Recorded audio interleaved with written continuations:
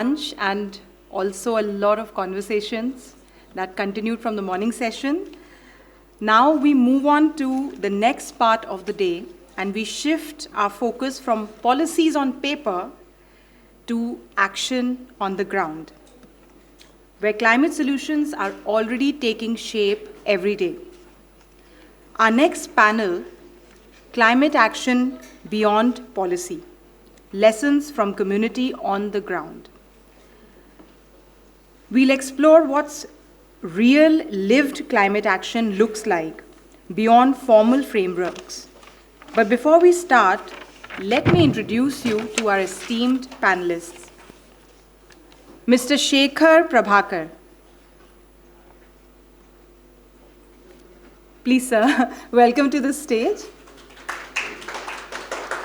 He's the co-founder and CEO of Harisidala Innovations, built on the ethos of inclusive circularity. An IIT Madras and IIM Calcutta graduate, he brings over 24 years of global experience and leads socially inclusive circular supply chains that integrate waste pickers into the circular economy. I think our students who were talking about waste management and waste pickers, they will get some amazing wisdom and nuggets here. Next up, Dr. Ruby Makhija. She's the founder and director of Why Waste Wednesdays Foundations. Welcome, ma'am. A sustainability advocate and two-time TEDx speaker driving action on waste management and environmental conservation. Recognized as an Earth Day Network star, she also serves with the Municipal Corporation of Delhi against single-use plastics and champions gender equity and safe workspaces, bringing a unique perspective as a former ophthalmologist turned climate leader. Welcome, ma'am. Welcome to the stage. Mr. Manish Kumar is the national convener of Parmarth Samaj Seva Sansthan, with over 14 years of experience in grassroots mobilization, program strategy, and policy advocacy. A social work professional, he has worked closely with government bodies, CSR partners, and women-centric institutions to build inclusive, gender-sensitive, and community-driven solutions. And finally, Ms. Pooja Lahari is the Vice President of Primus Partners, working at the intersection of public policy, governance, and technology. She has advised Government of India ministries and international institutions on climate resilience, sustainable infrastructure, and institutional reform, with a strong focus on translating global networks into data-driven, implementable solutions at scale.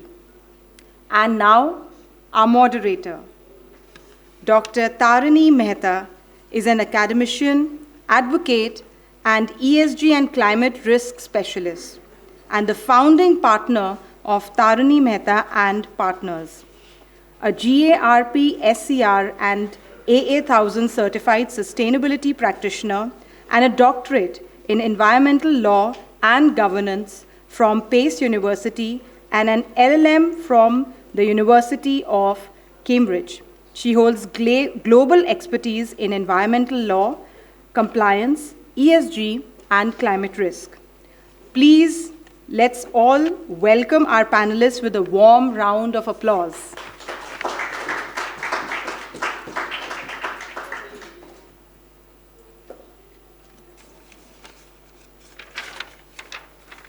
Tarini, please take the stage and let's start the conversations. Okay. Good afternoon, everyone. I'm sure we're going to be getting some more people who are finishing up lunch, but let's start. We have a very interesting panel today because of the esteemed panelists we have. And we're going to be looking at climate solutions, but we're going to be sort of framing them in the context of a just transition. So while climate transition is extremely important, we have to be able to possibly come as close to meeting the Paris Agreement goal, 1.5 degrees Celsius, or at least below 2 degrees Celsius, which, as we know, we are not on track to meeting currently. But this transition has to be just. And justice means that it needs to be inclusive.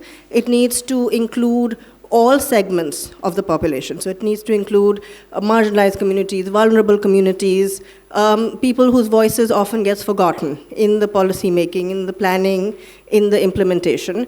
Women, indigenous communities, the informal sector, waste workers. These are some of the people that sort of tend to get forgotten, but they have a very key, important role to play in the implementation of climate solutions, but also in the designing of climate solutions. So we're going to be looking at some of these segments of the population. We're going to be looking at women, but we're also going to be looking at waste workers, informal sector, and then we're going to be placing this in the context of local solutions. How can these voices be incorporated into local solutions, and then yet, how can the local solutions be scaled? So with this, let me start with Ruby Makhija. Now you have been at the forefront of successful community-led waste management initiatives. And all of us want to hear from you on how you have implemented these initiatives, how you have been able to engage and bring all members of the community into these initiatives, and also what, according to you, are policymakers failing to understand about the key role of women in the planning as well as the implementation of climate solutions, and what then can we do to have better inclusion of women in policy making and implementation. Thank you so much for having me over here today, and really glad to be on the panel, same as some of the real esteemed co-panelists. Certainly, to begin with, I would just emphasize on a couple of words that I picked up from what you just said. Was engagement, was community, women. So I would certainly talk about how we did it, but let me first take up the point of women. Now, when we talk about climate action, we often tend to ignore the role of women in that program or in that initiative that we are building.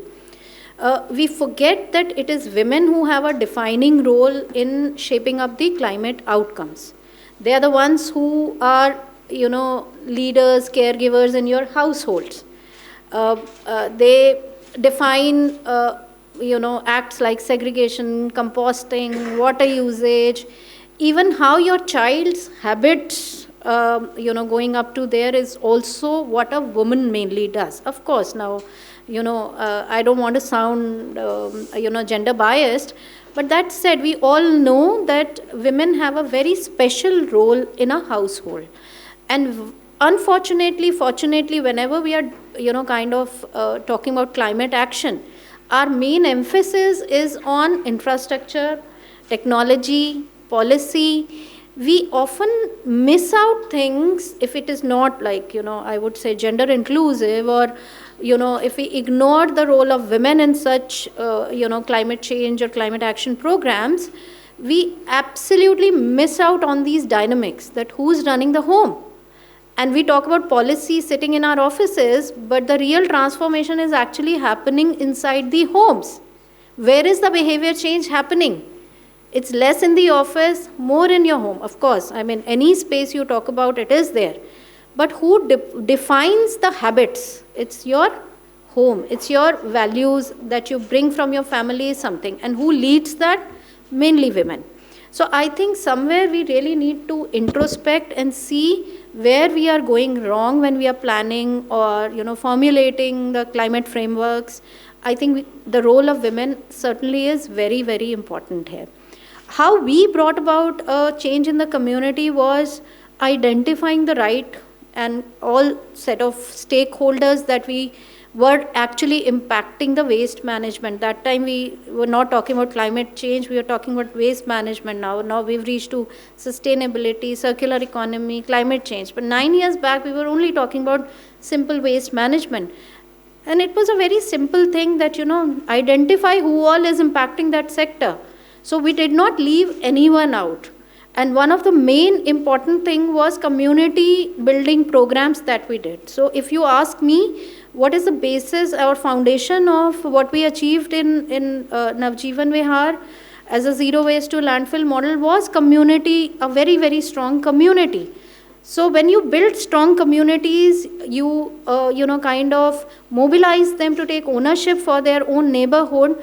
The community, the space becomes your home. It is not limited only to your house number. The entire colony becomes your home. So that is something we really need to reflect upon, and that is how we actually were able to, build our strong waste management programs. Also, a very important link was female domestic helps. We realized that it is they who run the house. I mean, I would leave for my work. Who is running my house is the domestic help. And what is it that she holds in that program is something we need to define. Like, she's juggling from one house to another house, doing her chores. So we need to identify what should we do, what is her priority. Sit down, chat with her. We brought in a very simple program of free biodegradable sanitary napkin distribution to these women. And that changed absolutely everything. I think somewhere we all need to reflect that how can you bring all these stakeholders together, bond them, and make them stay there for a consistent time. So consistency is another thing that, went in our favor. Thank you. Yes, I think that brought up a lot of key points which we can keep in mind. One, of course, what you talked about, the bigger picture. And when we're talking about women, of course, we have to keep this bigger picture in mind, that while there has been a lot of progress in terms of women's rights, women's inclusion, there is still a huge gap. And if one looks at just India itself, the gender parity is at 64%, which means there is a widening gap. And this is something which often in urban centers we tend to sort of not realize because we're not seeing it. But when you're looking at marginalized communities, rural communities, etc., this is still a major problem. So women's inclusion in climate solutions that needs to be factored into this bigger picture. And then, of course, inclusion, giving them a sense of ownership, giving members of the community a sense of ownership of the program, so that then that enhances participation in that program. So Manish Kumar Singh, I'll bring you in here. You have worked, you've been a seasoned community and social development professional. Now, in many community programs, as we know, women are a key element of the implementation. They're very essential to the implementation, but they tend to be given less focus in the actual planning of the program. They tend to be given less importance in terms of the actual decision making in relation to that program. How, in your experience, do this gender dynamics impact the success of climate solutions implementation on the ground? And what structures or what projects have you actually seen where women's voices have been actually incorporated effectively in programs, and that has led to greater success of these climate solutions? धन्यवाद. मैं अपनी बात को हिंदी में रखूं अगर अनुमति हो. Thank you. मैं जब पैनल का पार्ट होने जा रहा था बड़ा गर्व महसूस हो रहा था. बुंदेलखंड से हूँ और सो कॉल्ड लैंग्वेज में डेवलपमेंट सेक्टर में एक लाभार्थी हुआ करता था कभी, बेनिफिशरी जिसको बोलते हैं. तो लाभार्थी से नेशनल कन्वेनर तक के सफ़र से आज इस मंच तक का सफ़र तय किया. अच्छा लग रहा है. आपका सवाल है और उसी दिशा में मैं अपना उत्तर आप सभी के सामने रखना चाहूँगा. जब बात होती है जेंडर और उसमें भी अगर महिला की बात होती है, तो बुंदेलखंड के कॉन्टेक्स्ट में हम शुरुआत करते हैं कि बुंदेलखंड की महिलाएं पानी के प्रबंधन से लेके, उसके नियोजन से लेके और उसके संकट से जूझने तक का काम करती हैं, सुबह से लेके रात तक. और सारी निर्णय लेने की प्रक्रियाएं या जितने भी नियोजन, या कहते हैं कि एक जार्गन है कि इम्प्लीमेंटेशन प्लान बना लिया, एक रिजल्ट फ्रेमवर्क बना लिया, लेकिन कहीं ना कहीं वो अनटच्ड रहती हैं. पूरे डिसीजन मेकिंग प्रोसेस में तो बहुत दूर की बात हो गई, वो प्लानिंग प्रोसेस में ही नहीं रहती हैं. और हम उनको सिर्फ उस फ्रेम में लेके आते हैं जब उनका फीडबैक लिया जाता है, बहन जी पानी मिल रहा है नहीं मिल रहा है. बस वहाँ तक सीमित रहते हैं। रिसेंटली अभी मैं विजिट कर रहा था, जल सहेलियों की जल यात्रा 500 किलोमीटर की पैदल चल रही है। मैं वहाँ से लौट के आया। कल मेरी सूरत दूसरी थी, आज मैं थोड़ा सा, क्योंकि एक रेनाउंड प्लेटफॉर्म है, थोड़ा सा बन ठन के आया। तो पैदल चल रहे हैं हम लोग 500 किलोमीटर। तो वहाँ पर एक महिला महोबा से यात्रा की सुन के आई। उसने जल जीवन मिशन का डैशबोर्ड, जो कि ब्यूरोक्रेट्स के थॉट प्रोसेस से और थ्योरी ऑफ चेंज के मॉडल से निकल के आया, और उसमें बोला गया है डैशबोर्ड आप देखेंगे तो 98.6% हाउस होल्ड को पोर्टेबल वाटर इंश्योर हो रहा है। ये अभी आपका 3 दिन पुराना हाल का ही डेटा है, 3 दिन 72 घंटे भी नहीं हुए रिलीज़ को। तो पीआईबी ने जब डेटा रिलीज़ किया, और इसी डेटा रिलीज़ करने के 7 घंटे बाद वो महिला हमारे साथ थी, और उन्होंने बताया कि पिछले 12-13 दिनों से हमारे गांव में पीने का पानी आया ही नहीं है। ड्रिंकिंग वाटर स्कीम पूरी तरह से कोलैप्स हो चुकी है। जो पाइप वाटर सप्लाई है उसमें भी डिफंग है और उसमें कंटामिनेशन है। हमने कई शिकायतें की हैं कई प्लेटफॉर्म पे, बट कोई रिड्रेसल नहीं हुआ है। तो सवाल ये है। दूसरा, एक और हमारे पास साझा किया एक महिला ने कि जहाँ हमारा घर है वहाँ से 700-800 मीटर की दूरी पे जहाँ गार्बेज कलेक्ट करते हैं वहाँ पर टैप वाटर कनेक्शन इंस्टॉल कर दिया गया है। तीसरा और आखिरी उदाहरण देके आपकी बात का मैं उत्तर दूंगा कि एक चेक डैम का कंस्ट्रक्शन किया गया है बुंदेलखंड के एक ऐसे रिमोट एरिया में जहाँ पर वाटर का एक बहुत क्राइसिस है। ड्रिंकिंग वाटर छोड़िए, इरिगेशन का भी पानी नहीं है। वहाँ पर चेक डैम बना दिया है जहाँ पर रिज टू वैली का कॉन्सेप्ट है, वाटर सेट का कॉन्सेप्ट है ही नहीं। पॉइंट ये है कि डिसीजन मेकिंग प्रोसेस में ना तो महिलाओं की सहभागिता की गई, ना तो कमेटी की सहभागिता की गई, और ना ही एंड यूज़र की सहभागिता की जाती है, जिससे ये जो सारी स्कीम्स हैं, सारी परियोजनाएं हैं, अक्षरशः धरातल पर इम्प्लीमेंट हो पाए। जिसके लिए स्कीम संचालित हो रही हैं उसमें महिलाएं हैं, बच्चे हैं, बुजुर्ग हैं, दिव्यांग हैं। उनका जब तक इक्वल पार्टिसिपेशन नहीं होता है तो मुझे लगता है कि ये जो टॉप टू बॉटम का कॉन्सेप्ट एमर्ज कर रहे हैं पॉलिसी मेकर्स, ब्यूरोक्रेट्स या डिसीजन मेकिंग में रहने वाले लोग, पैनल्स, उसमें इसको रिवर्स करने की आवश्यकता है कि बॉटम टू टॉप उनका इक्वल पार्टिसिपेशन किया जाए। महिलाओं का जो देशज ज्ञान, जिसको हम इंडिजिनियस नॉलेज बोलते हैं, हम उनको लेके आएँ और वहाँ की जो प्रैक्टिसेस हैं, ट्रेडिशनल प्रैक्टिसेस हैं, उनको भी हम अपने इंटरवेंशन प्लान में लेके आएँ। तो और भी बहुत सारी अनुभव हैं जो हमारी यात्रा से निकल के आ रहे हैं। तो मैं यहाँ पर एक अनौपचारिक रूप से आप लोगों को आमंत्रित भी करना चाहूँगा कि यात्रा हमारी आगरा पहुँच गई है और आगरा से भी दिल्ली की ओर अग्रसारित है। तो इस यात्रा के माध्यम से भी बहुत सारे ब्यूरोक्रेट्स और पॉलिसी मेकर्स हैं जो हमारे साथ जुड़े हैं, जिसमें नमामि गंगे है और जल जीवन मिशन के भी मिशन डायरेक्टर हैं, उन्होंने भी हमारे साथ संवाद किया है। तो ये सारे चैलेंजेस हमने उनके सामने रखे हैं। तो जो मैं आपको बोल रहा हूँ कि टॉप टू बॉटम को रिवर्स करके बॉटम टू टॉप करने का हमारा जो प्लानिंग है और जो हमारे रिकमेंडेशंस निकल के आ रहे हैं, तो हमने समुदाय की भाषा में, लोकल लैंग्वेज में उनके समक्ष रखा है। तो कहीं ना कहीं इस उत्तर को मैं इससे परिलक्षित करने की कोशिश कर रहा हूँ। धन्यवाद। हाँ, एंड जो आप कह रहे हैं actually bottom up approach, actually अगर आप रिसर्च जो इस पे जो रिसर्च किया गया है, एकेडेमिया में जो लिखा गया है, and case studies from around the world, not just in India, it shows that actually a bottom-up approach is what is more effective in community programs than a top-down approach. And this works whether it be a global top-down approach, you know, an international agency coming into, let's say, a country like India and telling, you know, and then coming into local communities and implementing a sort of a project-based approach on to those local communities, or it be within India, whether it be the Indian government. It has to be a bottom-up approach for it to be successful, and it has to include all members of the community. So taking on from there, then Shekhar Prabhakarji, you have worked with waste workers for decades, and again, this is a community that tends to be neglected in the policy decision, in the planning, and so on. And as you have also said, just treating them as mere beneficiaries, which is similar to what you were saying about the way women and their feedback and their actual experiences are taken into account in the planning.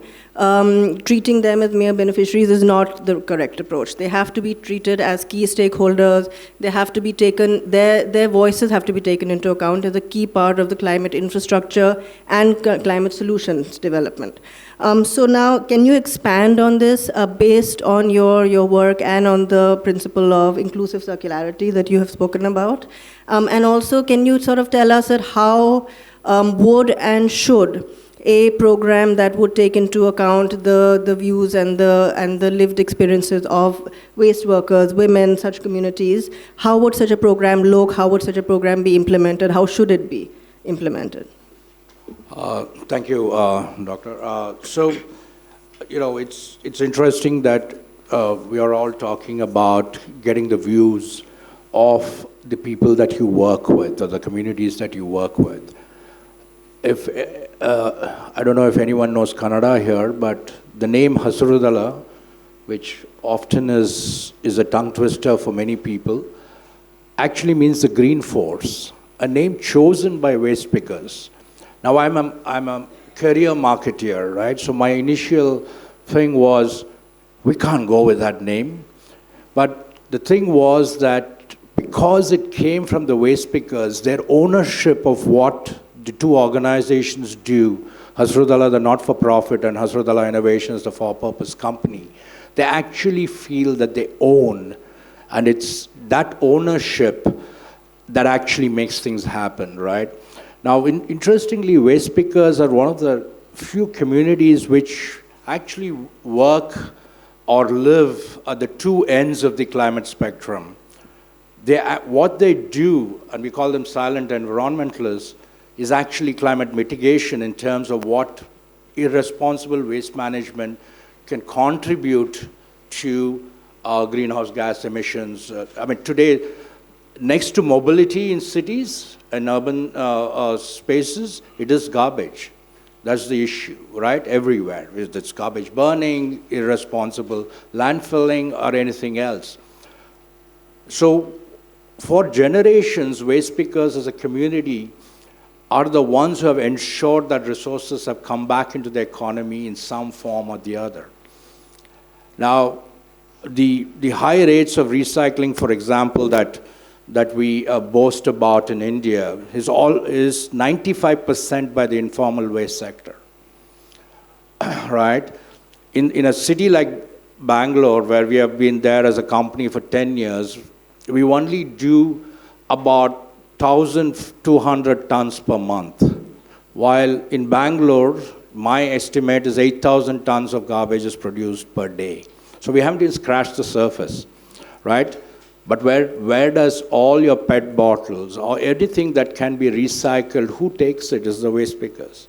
So getting the communities, getting the government to actually acknowledge their contribution to a city's cleanliness or climate mitigation itself was a big challenge. It took a lot of time to actually get the government to actually first in this solid waste management rules 2016, where waste pickers were for the first time defined who they were and that they should be enumerated as an occupation, right?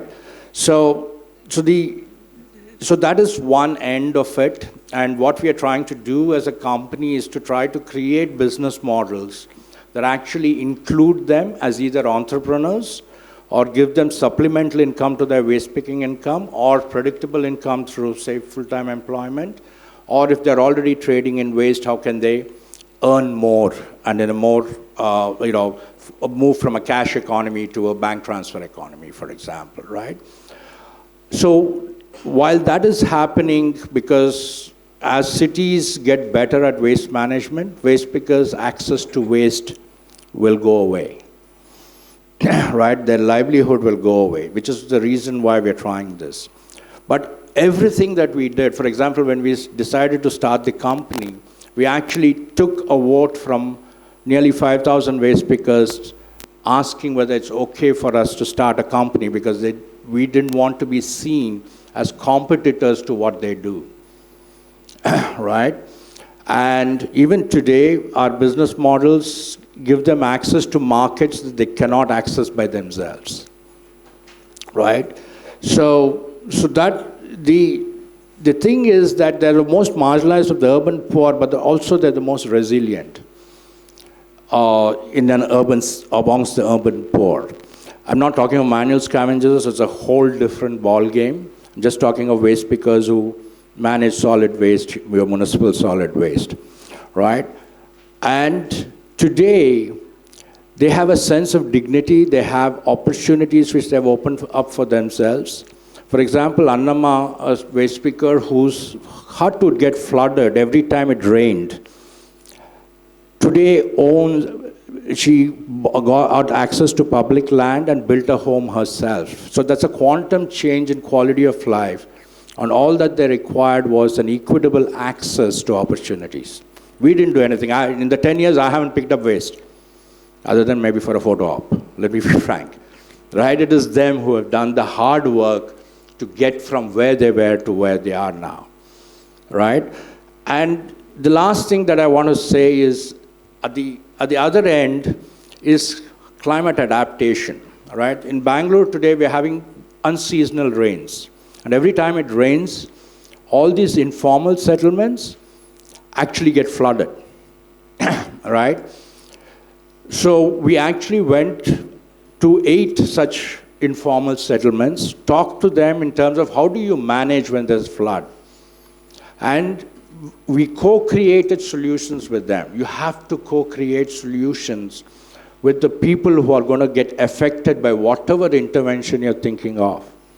It cannot be, like everyone's talking about, top-down approach. It has to be a bottom-up approach, right? So, so the other thing that we did was, for example, summers have become hotter in Bangalore. Right? So we have started testing at their homes, right? At least those who have pakka houses. Things like putting white reflective paint on the roofs.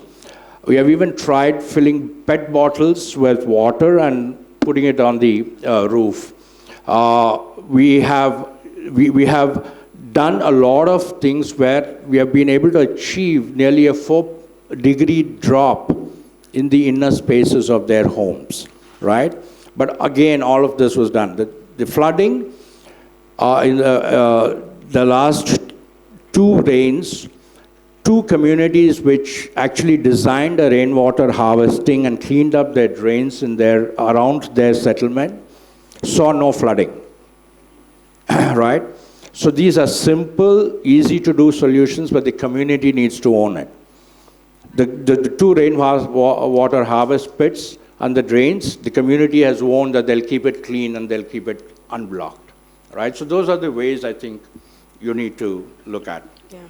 And I think this is what you've said again. What was interesting coming out from this panel is everyone really, basically we all are saying bottom-up approach, sense of ownership, include the community in every step of the planning and then the implementation, and then that's when you'll have the success. And of course, in the context of waste workers, there's a larger picture of the informal sector. When one looks at the informal sector, it's about over 86% of the labor force of India is informal sector. They don't get the protection, whether it be social security, whether it be labor protections. And then they are, of course, a key segment in terms of the climate solutions and the just transition. When we're talking about industries that are going to get phased out, coal sector, for example, entire sectors that are going to get phased out. And then, so we have to talk about upskilling. We have to talk about engaging them in, therefore, the just transition process. So in this context, let me bring in Pooja Lahiri. Now, your experience working with governments and with institutions, what do you feel about, first of all, this view people have that local solutions are effective, but just for that local context, and that they cannot really be scaled, they don't succeed when they're scaled up? And also, how can one balance? On the one hand, of course, when we're talking about local solutions, we need local knowledge, we need local voices as a part of that. But then that has to be balanced with the requirement of scaling up these solutions. So how does one maintain the integrity of these two? Thank you so much for your question to me. To begin with, I don't think so that there's a problem with local solutions scaling up. I think it's what we expect from those solutions. We think that these solutions are going to scale up uniformly and not intelligently. And which is where I think we are missing the points. We have to go back to thinking, why really does the community innovate and comes up with solutions? It's not because somebody has asked them to do so or because a framework is mandating them to do so. It's because their survival is depending on those solutions.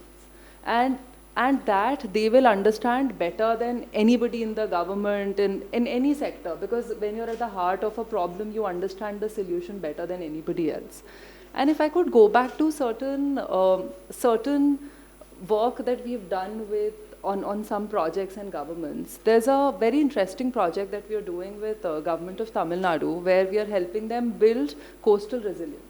And we see that we went with an idea of designing solutions, but we see that the local communities have already designed solutions, whether it's early warning systems, whether it's just the natural buffering system, or it's also talking about how what kind of diversification could you bring in jobs. That too has been explored by them.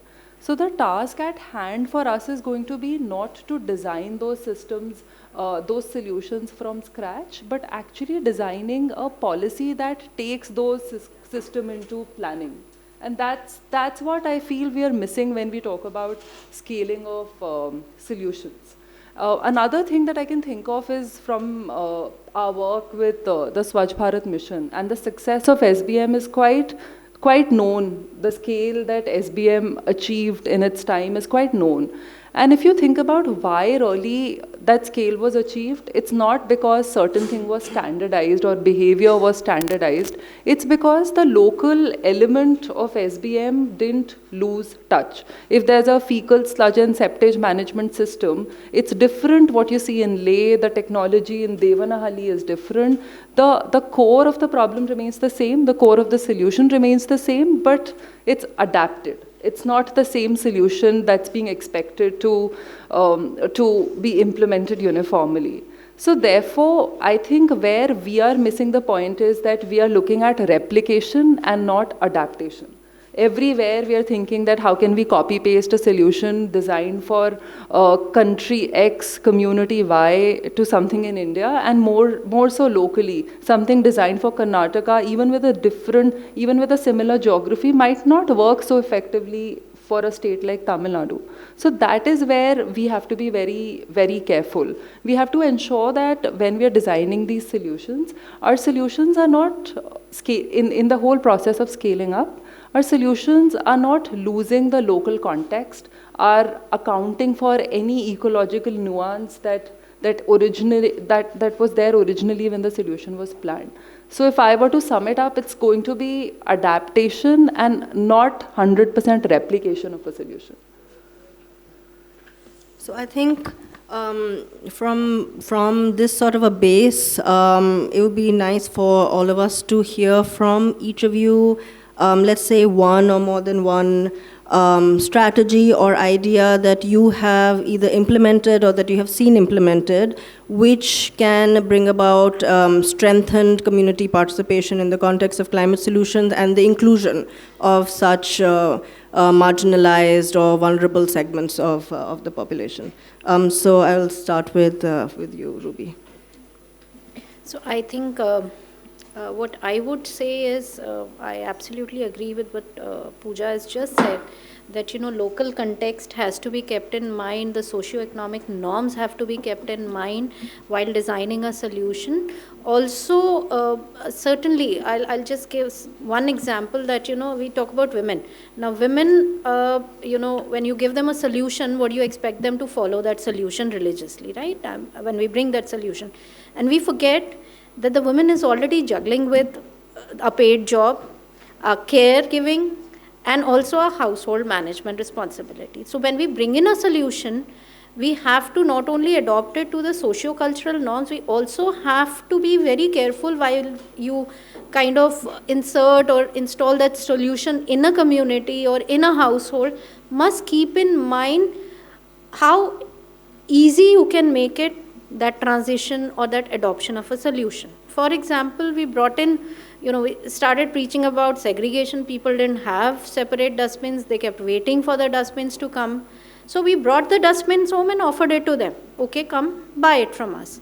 a simple solution like that. So I think somewhere how you do, your homework to find out what can make that solution more adaptive is what is going to lead to the success of that solution eventually. Also, it has to take all the stakeholders, all the people who would affect that solution, and all the people who will be affected by that solution into the fold, and then, kind of plan that solution. So I think that is all I have to say.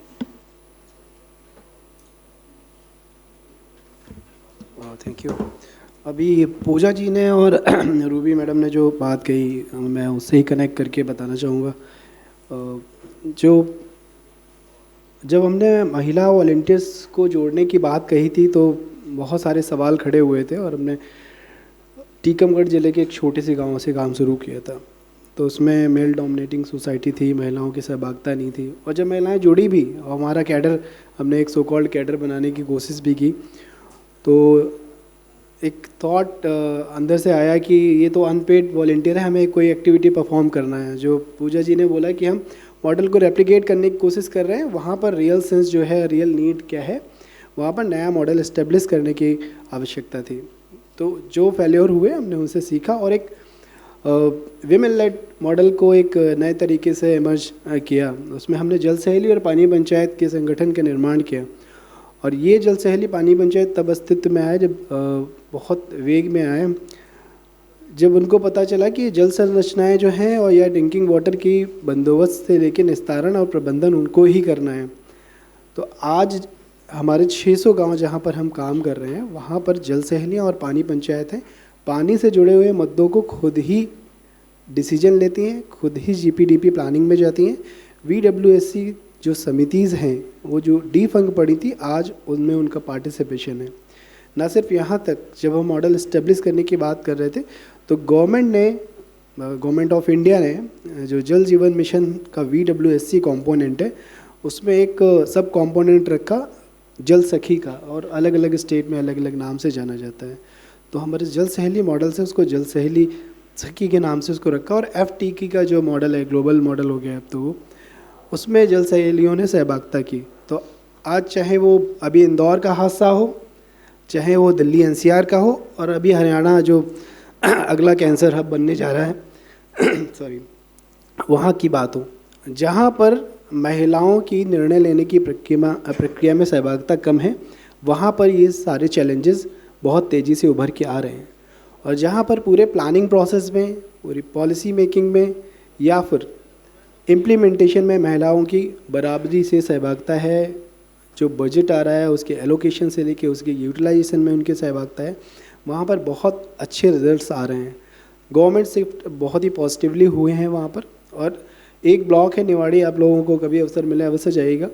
Niwari पूरे एक अब district में, कभी टीकमगढ़ का block हुआ करता था, वो ज़िला बन गया है. तो सैचुरेशन में यहाँ पर जल सहेलियों और पानी पंचायत के संगठन ने काम किया है, और जो जल जीवन मिशन स्कीम थी फुल्ली स्ट्रेंथन कर दिया है. 100% टैप वाटर कनेक्शन, बिना किसी गवर्नमेंट सपोर्ट, बिना किसी ऑर्गेनाइजेशन सपोर्ट. और गवर्नमेंट ने उसको एज ए एजेंडा लिया, और सेंट्रल गवर्नमेंट के प्लेटफॉर्म पे जो भी ट्रेनिंग वर्कशॉप या कैपेसिटी बिल्डिंग सेशन फैसिलिटेशन में आ रहे हैं, वहाँ पर जल सहेलियों को मौका दिया गया कि कैसे आपने इस मॉडल को इस्टेब्लिश किया है. तो वहाँ पर उनके लिए एक स्पेस भी क्रिएट हुआ है. तो मुझे लगता है कि ये जो लोकल से वोकल का मॉडल है, ये अगर हम इस्टेब्लिश कर पाएंगे, वहाँ पर महिलाएं जो अभी घर से नहीं निकल रही हैं, वो भी मोटिवेट होती हैं, उनको भी प्रोत्साहन मिलता है. दूसरा एक उदाहरण देके मैं बताना चाहूँगा. टीकमगढ़ छतरपुर ज़िला का एक बड़ा मलहरा ब्लॉक है. वहाँ पर एक जल सहेली एक महिला बच्ची हुआ करती थी, उसका नाम था बबीता राजपूत. तो बबीता राजपूत का क्लास 8th में ड्रॉप आउट हो गया था, और वो जब 9th में गई थी, 9th और 10th में वो पढ़ना चाहती थी, हायर एजुकेशन में जाना चाहती थी. बट जो हायर एजुकेशन का इंस्टीट्यूशन था वो वहाँ से 12 किलोमीटर दूर था, और पानी उसके गांव में बिल्कुल था नहीं. तो किसी ने उसको बताया कि एक संस्था है जो जल सहेली संगठन चलाती है, आप उसमें सहभागिता करिए. तो उस जब पहली बैठक में उसने सहभागिता की, तो हम लोग बिहार की और झारखंड की कुछ डॉक्यूमेंट्री उसमें दिखा रहे थे, और उसमें मांझी साहब का भी एक जिक्र हुआ. वहाँ से उदाहरण लेके खुद ही इंस्ट्रूमेंट लेके वो पहाड़ी काटना शुरू कर दिया था। जब पहाड़ियाँ काटना शुरू किया, मेल डोमिनेटिंग विलेज था, तो वहाँ की और भी महिलाएं संगठित होगी। 30 महिलाओं ने 13 दिन तक उस पहाड़ी को काटा और 3 किलोमीटर पहाड़ी जब कट गई तब सेंट्रल गवर्नमेंट ने इस मैटर को बहुत ही प्रायोरिटी पे लिया और जल जीवन मिशन बहुत दूर तक नई नई स्कीम शुरू हुई थी। गवर्नमेंट को जैसे ही पता चला इस गांव में कभी महिलाओं ने कोई स्टेप लिया ही नहीं और वहाँ पर 30 महिलाएं एक पहाड़ी को खोद के पानी के बंदोबस्त में लगी हैं, बिना किसी सैंक्शन के, बिना किसी टेंडर के, सारी चीज़ें रातों रात और 72 घंटे के अंदर वहाँ वाटर सप्लाई हो गई। और एक कैनाल से वाटर सप्लाई होने के बाद वहाँ पर कह सकते हैं उस पूरे ब्लॉक का सबसे ज़्यादा वाटर रिच विलेज बन गया, जस्ट बिकॉज बबीता राजपूत के प्रयास से। वो लड़की तो 10 तक को ड्रॉप आउट करना चाहती थी क्योंकि पानी के बंदोबस्त में लगे हुए थे सारे। उसने वर्तमान में उसने ग्रेजुएशन कंप्लीट कर लिया है। आज वो हमारे साथ मिलके काम कर रही है। आज कोई भी क्लाइमेट रेजिलेंस के जितने भी सो कॉल्ड ऑर्नामेंट्स जार्गन्स हैं से लेके ग्लोबल कॉन्टेस्ट में, इवन आप एसडीजी का नाम भी ले लीजिए, ऐसा कौन सा विषय है जिस पे आप आज उसको बोलना नहीं आता है। वो दिन और आज का दिन वो ग्लोबल प्लेटफॉर्म पे भी जाती है, अपनी बात रखती है और गांव के और भी महिलाओं को मोटिवेट करके, जिस गांव से कभी किसी ने 10 के बाद पढ़ाई नहीं की थी, आज वहाँ पर बच्चियाँ ग्रेजुएट कर रही हैं। तो पानी, क्लाइमेट और ये सारे मूलभूत सुविधाओं को उसने अपने कंधों पे जिम्मेदारी लेके निभाया है। और जो अभी पूजा जी बात कर रही थी ना कि जो आवश्यकता है उसके मिटिगेशन के लेकर आप समुदाय को सशक्त कर दीजिए, हमें किसी और बाहरी फोर्स की आवश्यकता नहीं पड़ेगी। तो ऐसे बहुत सारे उदाहरण हैं। मुझे लगता है चाहे आप एसडीजी के सारे इंडिकेटर्स ले लीजिए, चाहे आप कोई भी स्कीम ले लीजिए, अगर फेल्योर हो रही इनकी सहभागिता कराई 100% सक्सेस हो जाएगी। Thank you. Very nice one.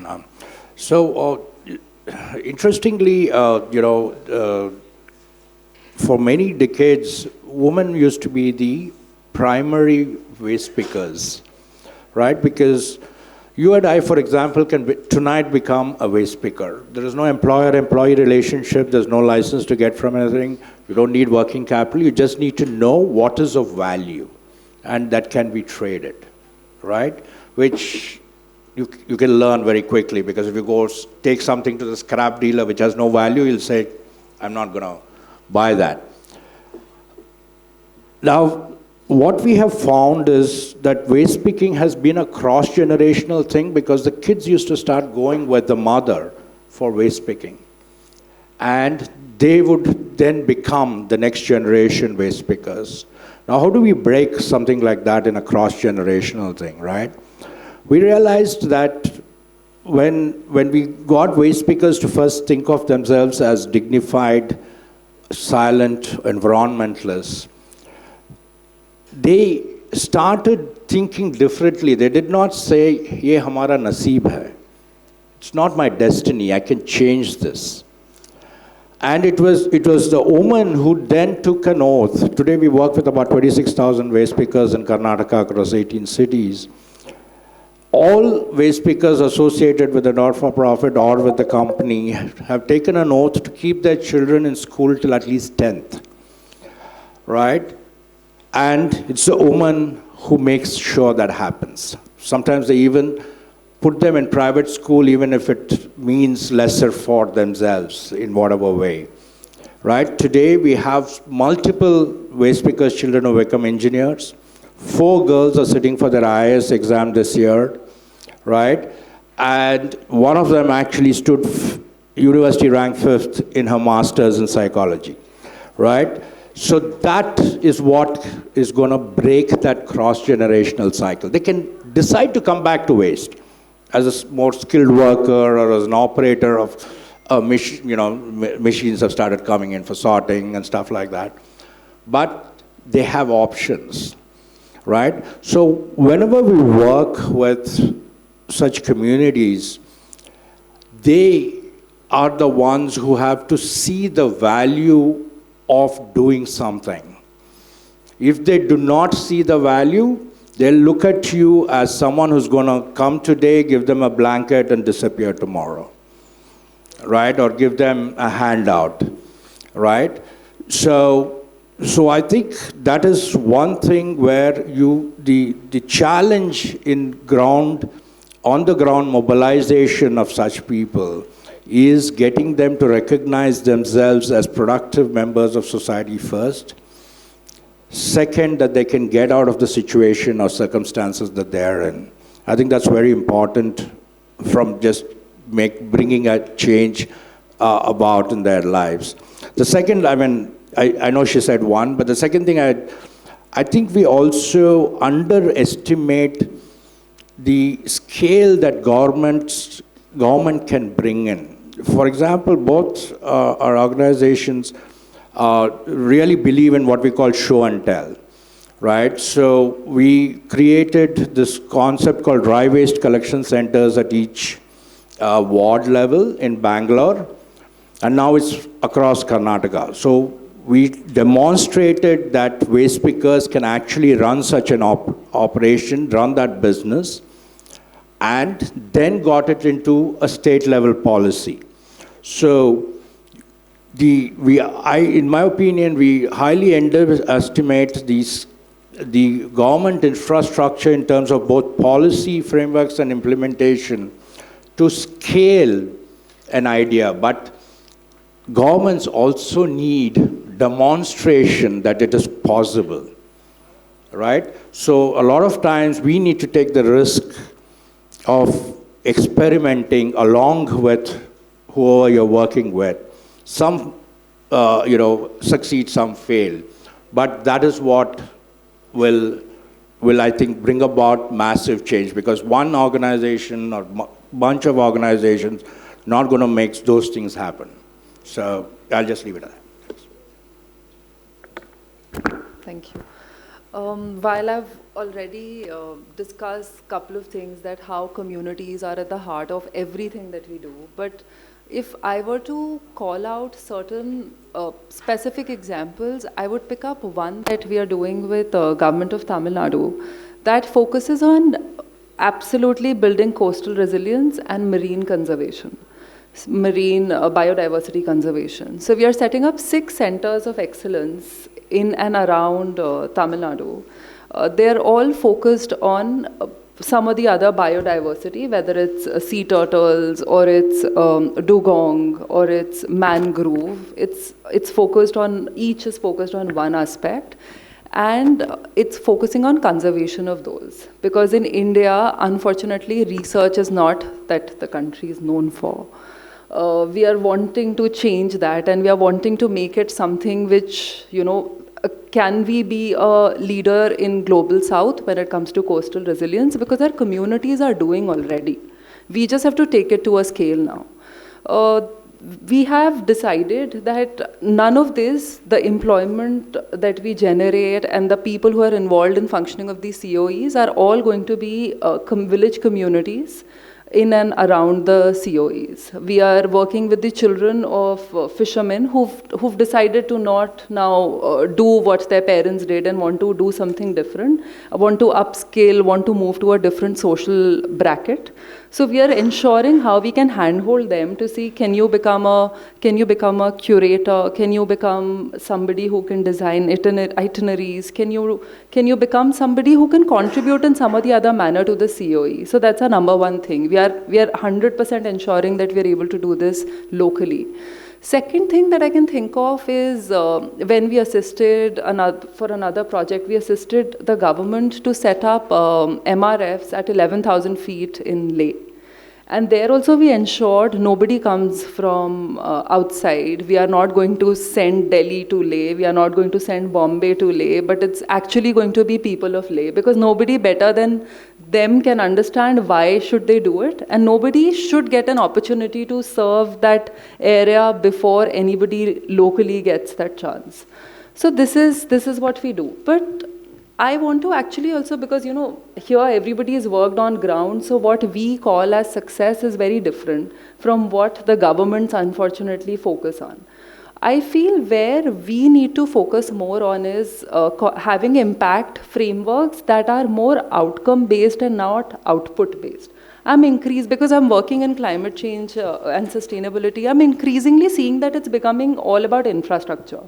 that how much money has gone into setting up this infrastructure, how many saplings have been planted, what is the gigawatt of renewable energy that has been installed. But is it meeting what was required to be met? Is the question that we need to really ask ourselves. Because, and same is for inclusion and diversity. It's always about how many women participated. But has anyone ever gone into it and seen, were women sitting in the seat of decision makers? Who were the owners of the assets created? Who were the decision makers of the problem? That's actually inclusion in real sense. And that's actually looking at diversity in real sense, which I feel our impact frameworks today are absolutely not looking at and missing the point. So that's one thing which I strongly believe that our impact frameworks of these programs need to focus on, move from an output to an outcome-based approach, absolutely. Because if you have a solution, we are actually working on a solution which is reducing vulnerability to coastal disasters by 40%, but there's no infrastructure that gets created. So is it not climate value enough? Or is it only when you build an infrastructure, invest 500 crore rupees in it, that you see and derive value pertaining to climate? So that's an important point that I want to leave here with the audience for discussion, that how and when do we move from an output-based delivery to an outcome-based delivery? Yeah, I think, and this point that you ended with is very apt, because again, it links with the top-down and bottom-up approach, because the top-down approach will tend to kind of look at these metrics and qualifiers for success. It'll be based on money, numbers, the budget, how much was spent, etc. Whereas when you're doing a bottom-up approach, then that's when it becomes more qualitative. How did the people respond? How many people actually were able to change their lives? And the actual lived experiences of those people in the program as it is implemented. And as we have heard from all of them, each of them have successfully implemented some very impactful programs on the ground. So I'll open this up to the audience. I hope some of you have questions. This is an amazing opportunity for all of you, for the young people here also, to learn from them on how you can actually implement such programs on the ground. So, yeah, any questions? Otherwise, I have many, but I will refrain myself for a bit. Yeah. My question is a little general question at this point, but it is for I believe all of you. All of you spoke really about ownership in the society, in the locality.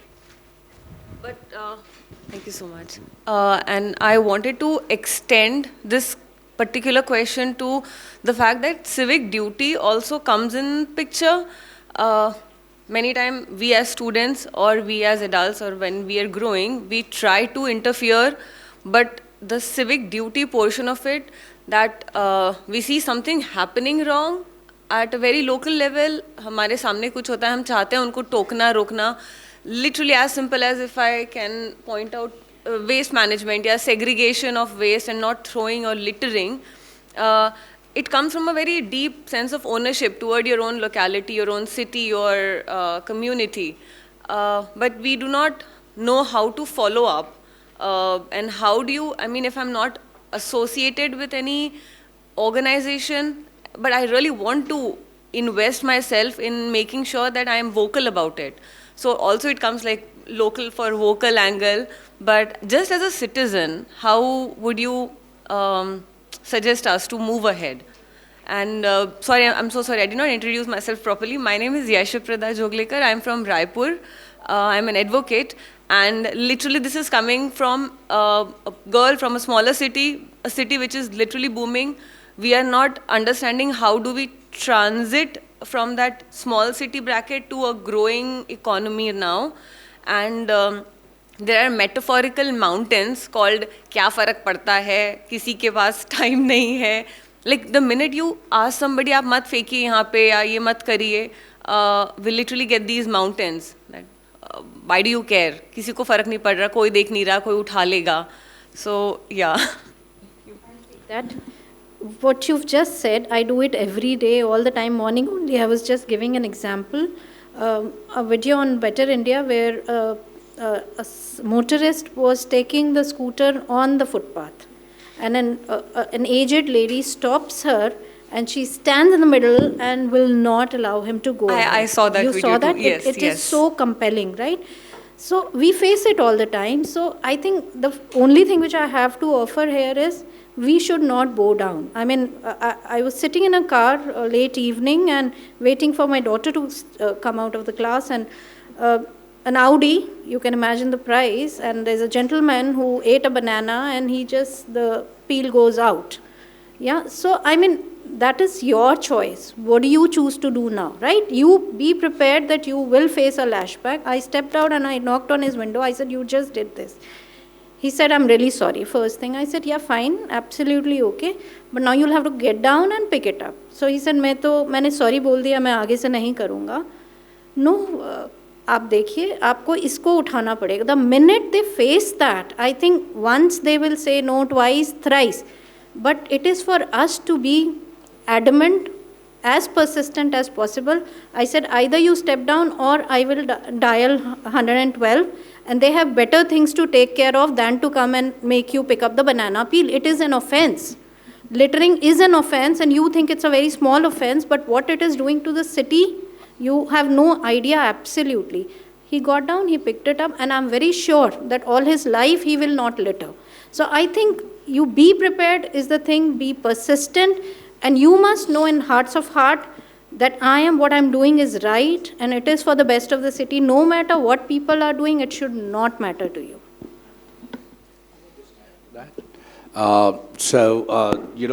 As individuals, we don't realize that the impact that we can have within what I call a circle of control and circle of influence, right? So each of us have, depending on what you're doing in life, where you are, a bunch of parameters. For example, can you ensure that in your house, in your extended family's homes, that they segregate the waste, right? Can you might be, let's say, you're an advocate, so you go to the court, or you're a bunch of lawyers, an association of lawyers.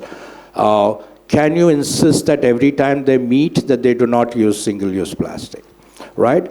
So that's a circle of influence, but your family is circle of control, right? So we underestimate what we can actually bring about as individuals, right? And sometimes we also shy away from, she went to him there. Now, just outside my office, there's a cigarette and chai guy, right? So when I go out for a smoke, I always take a chai thing. I started noticing that people would just leave the cups, though there was a dustbin right there. 2 feet away from them. They'll either drop it on the thing or keep it on the compound wall.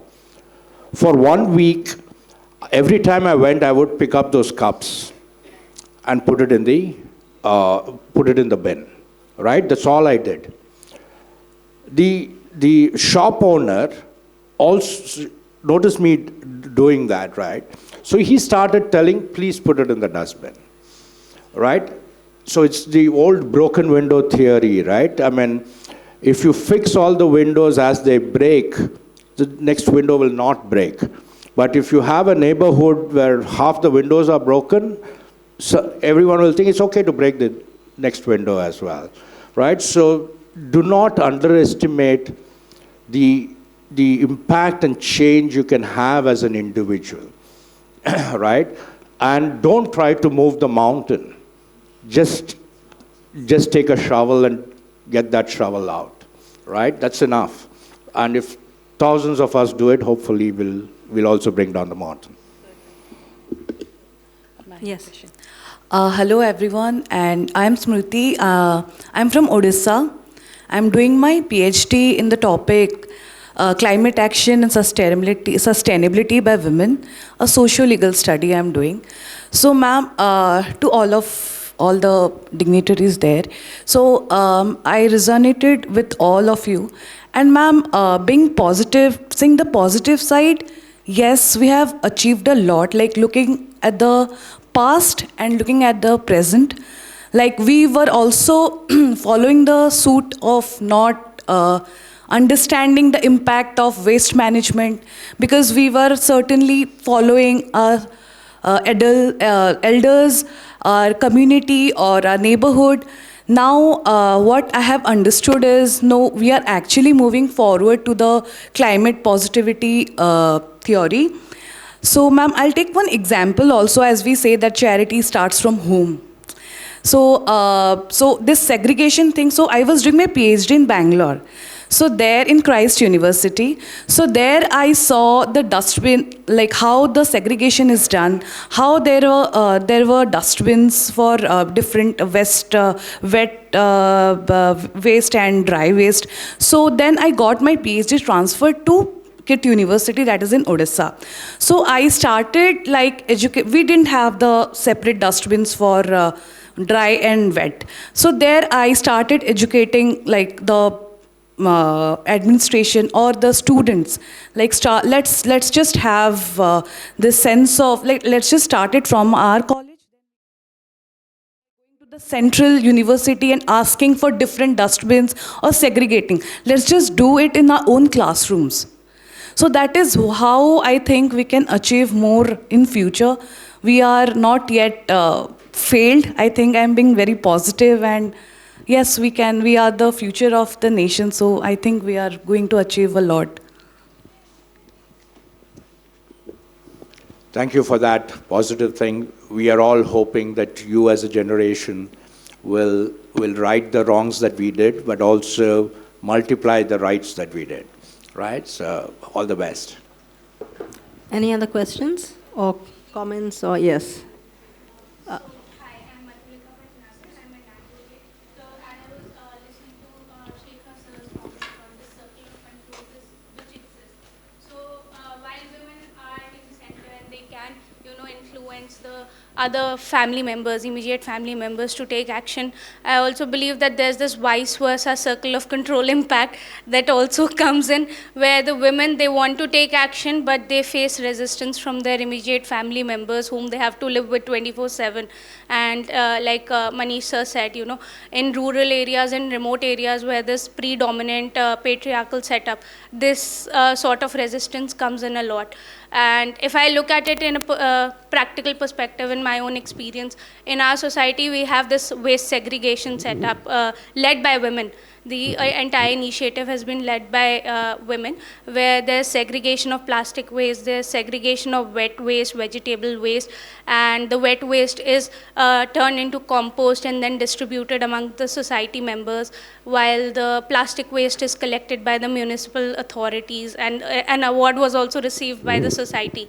However, when I've talked to them about the initiative, a lot of the women dropped out, because while they were taking care of the segregation at their homes, their own children, their own husbands, despite repeated requests to segregate, were not doing it, and ultimately they just gave up and said, हम ही बार बार करते रहते हैं, हमें dustbin से निकाल के डालना पड़ता है, और भी काम होते हैं, इतना सब कुछ कैसे करें. So this is just an urban perspective, but I'm sure the resistance in the rural areas where all of you are working at the grassroots level must be much more. So how is this male resistance tackled to bring up the women in this bottom to top approach? Manishi, why don't you, from your experience in the community, why don't you answer that? Thank you. Madhulika, right? हाँ. तो जब तक उदाहरण and mass को hit नहीं करते हैं, तब तक इस तरह के इनिशिएटिव को एग्जीक्यूट नहीं कर, मतलब अमल में नहीं लाया जा सकता. ललितपुर ज़िले का एक गांव है, वहाँ पर पॉलीथीन में एक माता जी ने नमक रख दिया था. 3 साल के बच्चे ने उसको कंज्यूम कर लिया पॉलीथीन के साथ. 24 घंटे के अंदर हॉस्पिटलाइज्ड हुआ, उसकी डेथ हो गई. पता चला, डॉक्टर ने बताया कि पॉलीथीन है इसके अंदर. तो गांव में बैठक हुई. आप जो बात कर रहे हैं कि सेग्रीगेशन के बहुत सारे मॉडल हैं, अवार्ड मिले हैं, बहुत सारे बेस्ट प्रैक्टिसेस हो रहे हैं. स्टिल भारत की 60% से अधिक जनता तो रूरल एरिया में रहती है. उनको स्वच्छ भारत मिशन के बारे में, आप जो गाड़ी की बात कर रहे हो, उनको स्वच्छ भारत मिशन के बारे में ही नहीं पता है. तो एक्सपेक्टेशन हमारी बहुत ज़्यादा हैं, ड्यूटीज़ डिप्लॉय करने की भी हम लोग जिम्मेदारी लेते हैं, NPOs हैं, CSOs हैं, गवर्नमेंट के भी बहुत सारे मल्टी स्टेक होल्डर्स हैं जो प्रयास में लगे हैं। लेकिन मुद्दा है कि जब तक ऐसे उदाहरण हम सेट नहीं करेंगे, एडुकेट नहीं करेंगे, डिसमिनेट नहीं करेंगे, तब तक जेंडर से हम इसको आंक नहीं सकते, नाप नहीं सकते। हमें ऐसे उदाहरण सेट करने पड़ेंगे। उस गांव से ही मैं निकल के आता हूँ जो अभी आउटपुट से आउटकम वाली बात चल रही थी। तो बहुत सारे CSOs ने उस गांव में पहले काम किया था, हाथ धुलने हैं, ठीक है, आपको वॉशरूम जाने के बाद जो कुछ भी कंज्यूम करना है हैंड वॉश करना है। जब ये इंसिडेंट हुआ उसके 72 घंटे के बाद से उस गांव में पॉलीथीन की एंट्री बैन हो गई। ना सिर्फ महिलाओं ने, पुरुषों ने, वहाँ के ग्राम पंचायत ने रेगुलर मीटिंग करके ड्यूटी डिफाइन की कि अगर किसी के भी संज्ञान में आता है कि प्लास्टिक गांव में आ गई तो वो पेनाल्टी इम्पोज हो जाएगी। तो अभी प्रीवियस कीनोट स्पीकर रश्मि मैम ने बोला था कि जहाँ पर गैप है वहाँ स्क्रू टाइट करने ही पड़ेंगे, जहाँ पर रोल एक्सेप्ट नहीं कर रहे हैं वहाँ पर इम्पोज हमें करना ही पड़ेगा। तो मेरा व्यक्तिगत अनुभव है और जो हम 30 सालों से काम करते आ रहे हैं वहाँ पर हमें उदाहरण सेट करके ही ऐसे मॉडल को इस्टेब्लिश करने की आवश्यकता है।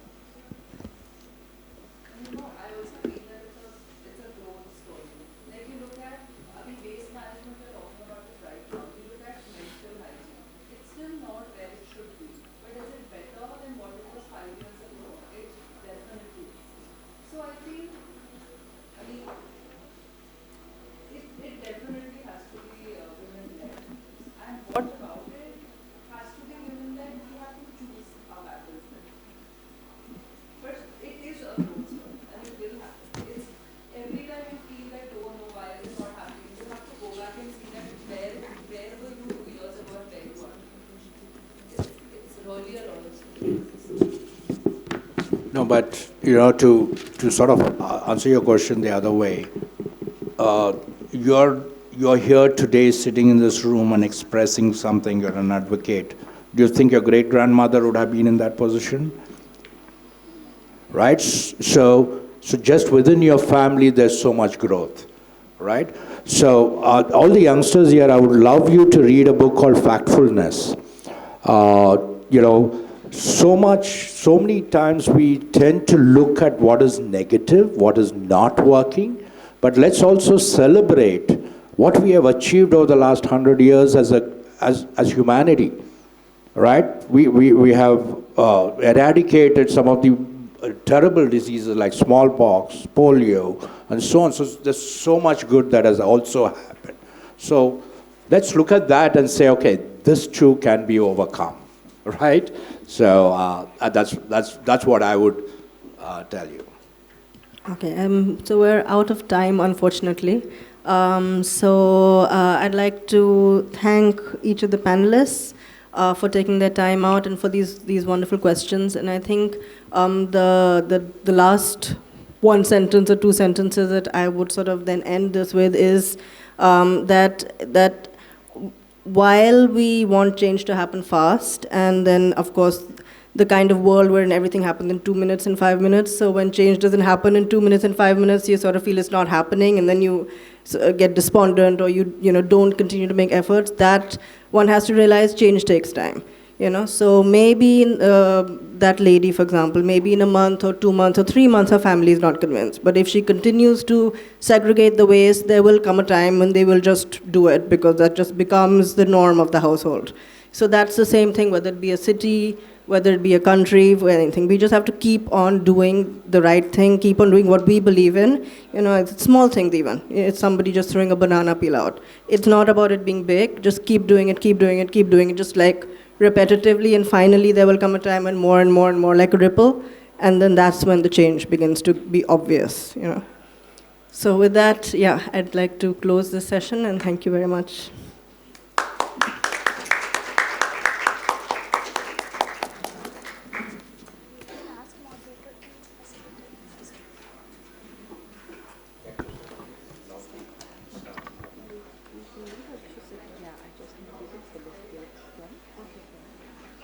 Thank you, judges.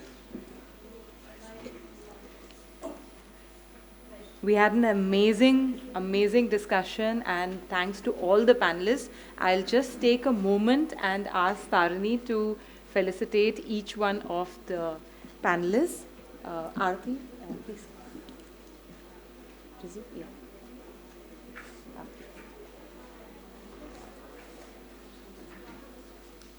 A round of applause for all our judges. Dr. Ruby. Shekhar sir.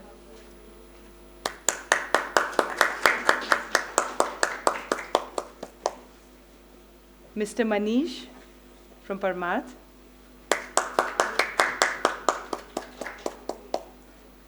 Ms. Pooja Lahri.